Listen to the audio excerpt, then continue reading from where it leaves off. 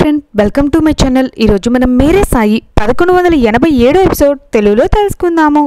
ఇంట్లో పనిచేసే కార్మికులు మాట్లాడుకుంటూ ఉండగా ఇంతలో అక్కడికి చోటో అధ్యాపక్ చేరుకొని, ఏమిటి అందరూ ఇక్కడ ఖాళీగా ఉన్నారు, భోజనం చేశారా, అయితే వెళ్ళి పని మొదలు పెట్టండి అనగా వెంటనే వారిలో ఒకరు, చూడండి చోటో అధ్యాపక్, మేము మీతో ఇంతకు ముందు విషయం చెప్పాం కదా, కులకర్ణి సర్కార్ గారితో మీరు మాకు ఇవ్వవలసిన హైక్ గురించి మాట్లాడుతా అన్నారు, ఈరోజు దాని గురించి చెప్తా అన్నారు అనగా వెంటనే అలా చోటో అధ్యాపక్, నేను మాట్లాడాను, అలాగే మీకు ఒక విషయం కూడా నేను చెప్పాలనుకుంటున్నాను, మీరు ఇది అసలు ఎలా అడగాలనుకుంటున్నారు, మిమ్మల్ని ఓవర్ టైం చేయమని అడిగితే ససేమిరా మేము కేవలం మా కుటుంబంతోనే సమయం గడపాలనుకుంటున్నాము అని అంత మొండిగా వ్యవహరించారు కదా, ఇప్పుడు హైక్ గురించి మాట్లాడతారేమిటి, మీకు నిజంగా అంత డబ్బు అవసరమైనట్టయితే, అంతగా మీకు కావాలి అనుకున్నట్టయితే మీరు ఓవర్ టైం చేసి ఉండాల్సింది కదా అనగా వెంటనే అలా భీమా, చూడండి చోటో అధ్యాపక్జీ, మీరు ఇలా మాట్లాడడం సరైనది కాదు, మీకు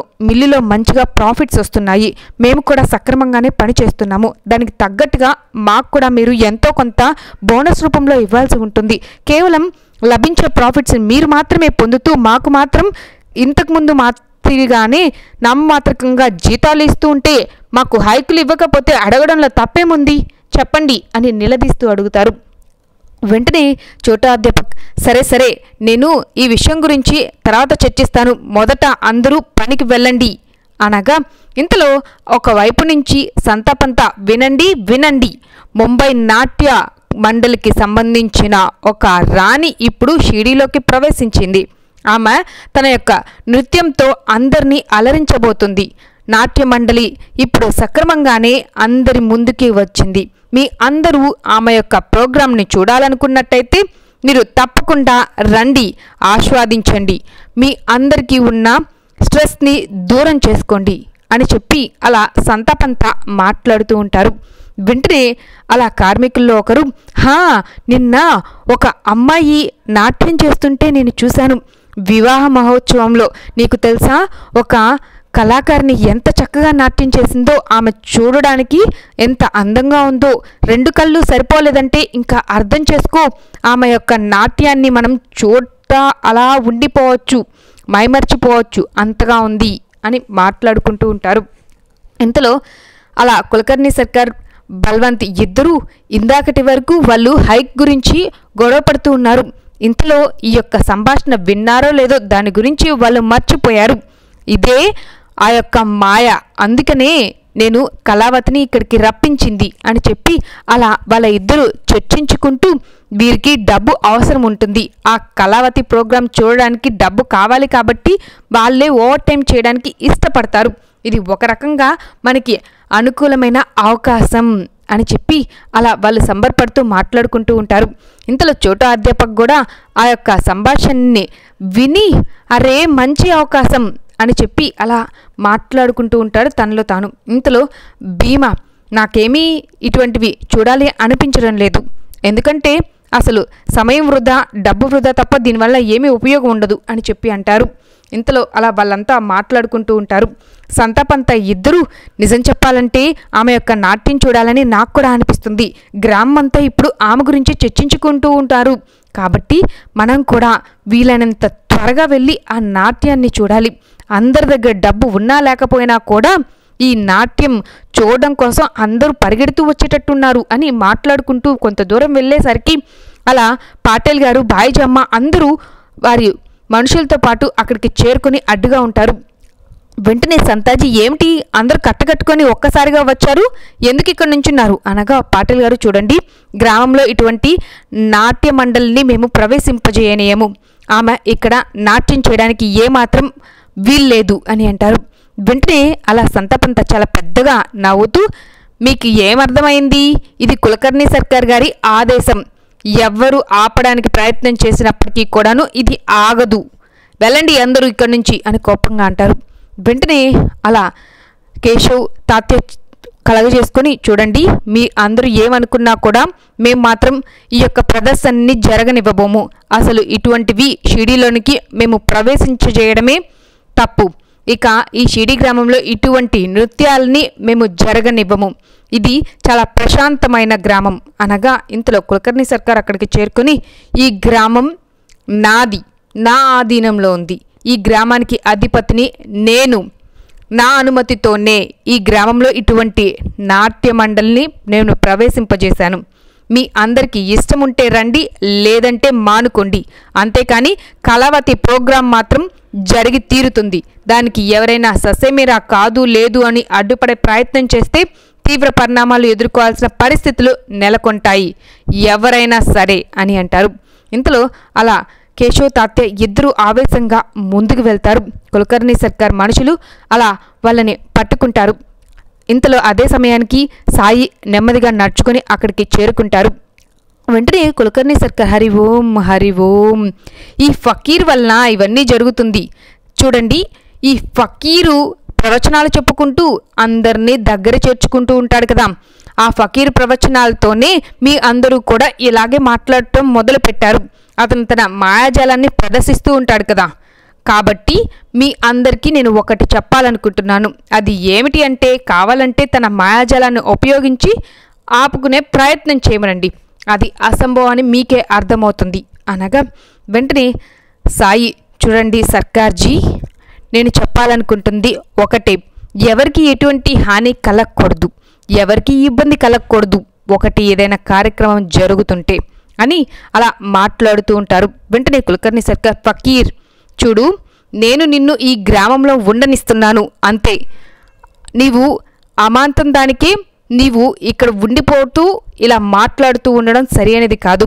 నేను గనక తలుచుకుంటే వెంటనే నిన్ను ఇక్కడి నుంచి బయటికి గెంటి వేయగలను, నీ భక్తులందరినీ కూడా ఇక్కడి నుంచి పంపివేయగలను, కానీ నేను అలా ఏ రోజు చేయాలనుకోవడం లేదు అనగా ఇంతలో మహల్సపతి గారు చూడండి, అసలు ఇటువంటి నృత్యాలు అవన్నీ ఈ గ్రామంలో చేయడం మంచిది కాదు అని నేను అంటున్నాను.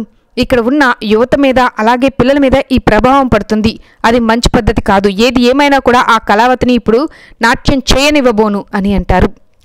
వెంటనే కులకర్ణి సర్కార్ ఆవేశంతో అరుస్తూ ఉండగా అదే సమయానికి అక్కడికి కళావతి నెమ్మదిగా నడుచుకొని చేరుకుంటుంది. అందరూ తీక్షణంగా అలా చూస్తూ ఉండిపోతారు. రేపు ప్రహ్లాద్ అలా కమల్ ఇంటి వద్దకు చేరుకుని కమల్ కమల్ అని పిలవగా కిటికీ తలుపు తెరుస్తుంది.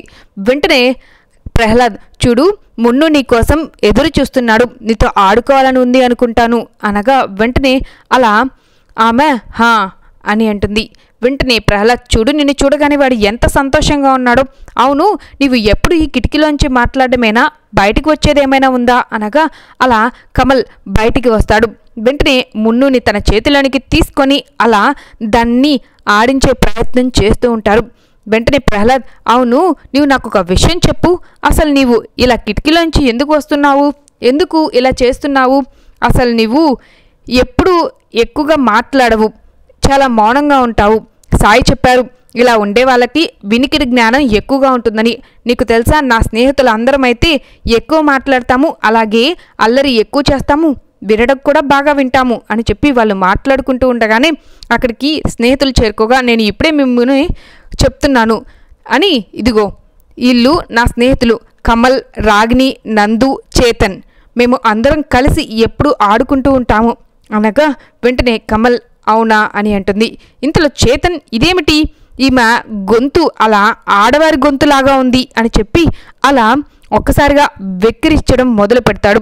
వెంటనే రాగిని నీవు అలా మాట్లాడడం సరి అనేది కాదు, సాయి చెప్పారు కదా ఎప్పుడు ఎవరిని బాధ పెట్టకూడదని, నీవెందుకు ఇలా అంటున్నావు అనగా వెంటనే అతను నేనన్న దాంట్లో ఏం తప్పు ఉంది అని అంటారు.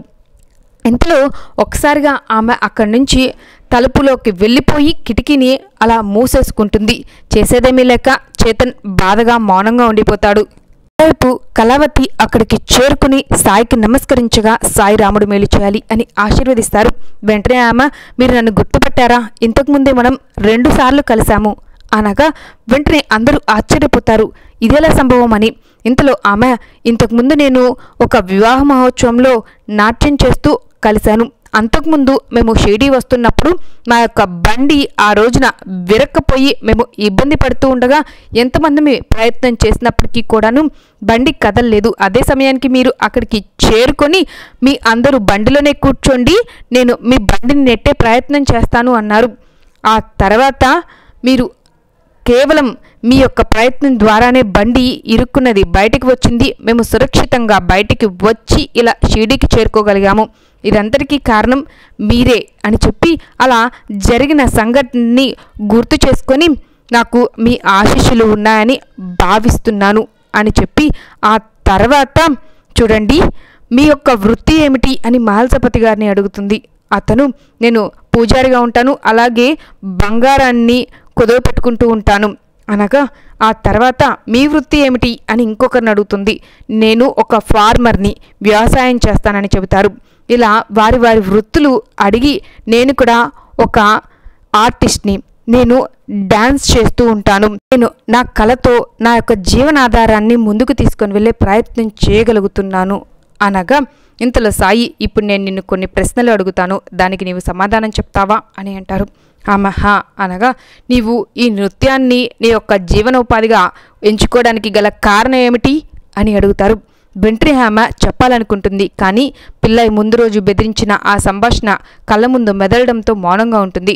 వెంటనే కులకర్ణి సర్కార్ కలగజేసుకుని ఏం మాట్లాడుతున్నావు బైరాగి, ఎవరి వృత్తి వారిది, ఎవరి ఇష్టం వారిది, నీవు ఇలా సూటిపోటి ప్రశ్నలు అడగడం సరైనది కాదు అని అంటారు. వెంటనే సాయి చూడు, నీకు సమాధానం చెప్పుకో, ఇక్కడ ఎవరికి సమాధానాలు చెప్పాల్సిన అవసరం లేదు, నీవు నిజంగానే మనస్ఫూర్తిగా ఈ యొక్క పనిని చేయగలుగుతున్నావా అనగా వెంటనే ఆమె నాకు డ్యాన్స్ చేయడం అంటే ఇష్టం, అందులో తప్పేముంది అని అంటారు. వెంటనే అలా సాయి మరి నీవెందుకు ఆందోళన పడుతున్నావు, కంగారు పడుతున్నావు, భయపడుతున్నావు, ఎందుకు ఇలా అందరినీ చూసి కంగారుగా సమాధానం చెప్తున్నావు, నీకు మనస్ఫూర్తిగా ఇష్టం ఉన్నట్టయితే భయపడాల్సిన అవసరం ఏముంది అని అడుగుతారు. ఆమె ఏమీ చెప్పలేక మౌనంగా అక్కడి నుంచి నడుచుకొని వెళ్ళిపోతుంది. వైపు చోటా అధ్యాపక్ అలా కళావతి యొక్క పోస్టర్ని చేతులోనికి తీసుకుని నా పేరు చోటా అధ్యాపక్, నీ పేరు కళావతి, నీవు లేకపోతే నేను ఉండలేను, నీటిలో ఉండే చేప నీరు లేకపోతే ఎలా ఉండలేదో అలాగే నీవు లేకపోతే నేను ఉండలేను అని చెప్పి అలా మాట్లాడుకుంటూ ఉండగా ఇంతలో అక్కడికి అలా కార్మికులు చేరుకుని చోటా అధ్యాపక్ జీ, మేము నీతో ఒక విషయం మాట్లాడాలనుకుంటున్నాము, అది ఏమిటి అంటే మీరు అధికారులతో మాట్లాడితే బాగుంటుంది మా యొక్క హైక్ గురించి అని అడుగుతారు. కావాలంటే మీరు హైక్ ఇవ్వకపోయినా కానీ ఈరోజు మేము ఓవర్ టైం చేయాలనుకుంటున్నాము, మాకు డబ్బులు అవసరం, వీలైతే మీరు మాకు డబ్బులు ఇస్తామంటే చేయడానికి సిద్ధం అనగా వెంటనే చోటా అధ్యాపక్ నాకేమీ అభ్యంతరం లేదు, మీకు అంత డబ్బు అవసరం ఏమొచ్చింది అని అడుగుతారు.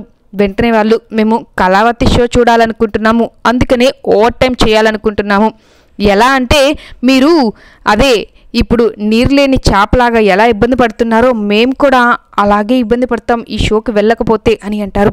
వెంటనే అతను చూడు, నీవు నీ హద్దులు మాట్లాడి ప్రవర్తించవద్దు, నేనేమైనా క్యారెక్టర్ లేని వాడిని అనుకుంటున్నావా, నేను కేవలం అలా ఫోటోని మాత్రమే చూస్తున్నాను అంతే, అంతకుమించి ఏమీ లేదు అని చెప్పి అలా వారిని దబాయించి మాట్లాడి మీరు ఓవర్ టైం చేయాలనుకుంటున్నారు అంతే కదా, వెళ్ళండి, వెళ్ళి చెయ్యండి అని అలా కోప్పడతారు. వాళ్ళు అక్కడి నుంచి వెళ్ళిపోతారు. వెంటనే చోటా అధ్యాపక్ వీళ్ళు హైక్ గురించి అడగడం మర్చిపోయారు, ఇప్పుడు ఓవర్ టైం చేయడానికి కూడా సిద్ధపడిపోయారు. ఎంతకంటే మంచి అవకాశం ఇంకేం కావాలి, ఇది కేవలం ఈమె వల్లే సాధ్యమయ్యింది అని చెప్పి అలా కళావతిని పొగుడుతూ ఉంటాడు. రేపు కులకర్ణి సర్కార్, హే బైరాగి, ఆ కళావతి ఈ గ్రామంలోనికి నా అనుమతితోనే వచ్చింది, గ్రామ పెద్దగా నేను నిర్ణయం తీసుకున్నాను, ఇందులో నీవు జోక్యం చేసుకోవడానికి వీల్లేదు, నీవు నీ మాయలు మంత్రాలు అలాగే నీ పనులని ఉపయోగించి ఆమెని మార్చే ప్రయత్నం చేసినా అలాగే ఆమె యొక్క డాన్స్కి ఏదైనా అడ్డం పెట్టే ప్రయత్నం చేసినా కూడా ఊరుకునేది లేదు, మీ అందరూ తీవ్ర పరిణామాలని ఎదుర్కోవాల్సిన పరిస్థితులు నెలకొంటాయి, బాగా గుర్తుపెట్టుకోండి, ఎవరైనా కాదు కూడదని ఆపే ప్రయత్నం చేస్తే మాత్రం నేను ఖచ్చితంగా చర్యలు చేపడతాను, హరి ఓం అని చెప్పి అక్కడి నుంచి బయలుదేరుతాడు. లో పాటిల్ గారు, ఎందుకు సాయి కులకర్ణి సర్కార్ గారు ఇలా మాట్లాడినా కూడా మీరు ఏం మాట్లాడకుండా ఆ కళావతి షో ఇక్కడ ప్రదర్శిస్తామంటే మౌనంగా ఉన్నారేమిటి? దీనివల్ల గ్రామంలో చాలా మంది మీద ప్రభావం పడుతుంది. ఇది అసలు ఏమాత్రం సరియైనది కాదు. మనం వెంటనే ఈ షోని ఆపే ప్రయత్నం చేయాల్సి ఉంటుంది. ఖచ్చితంగా దీనివల్ల పెద్ద సమస్య వచ్చి పడుతుందని నాకు అనిపిస్తుంది అనగా వెంటనే సాయి, చూడు, సమస్యలు వచ్చినప్పుడు దానికి పరిష్కారం కూడా ఉండి తీరుతుంది. అందరూ శ్రద్ధ సబూరి వహించండి అని అంటారు. ఇంతటితో ఎపిసోడ్ కంప్లీట్ అయింది. మీకు ఈ వీడియో నచ్చినట్లయితే లైక్ చేయండి, సబ్స్క్రైబ్ చేయండి. మరిన్ని వీడియోస్ కోసం బెల్ ఐకాన్ క్లిక్ చేయండి. Thank you.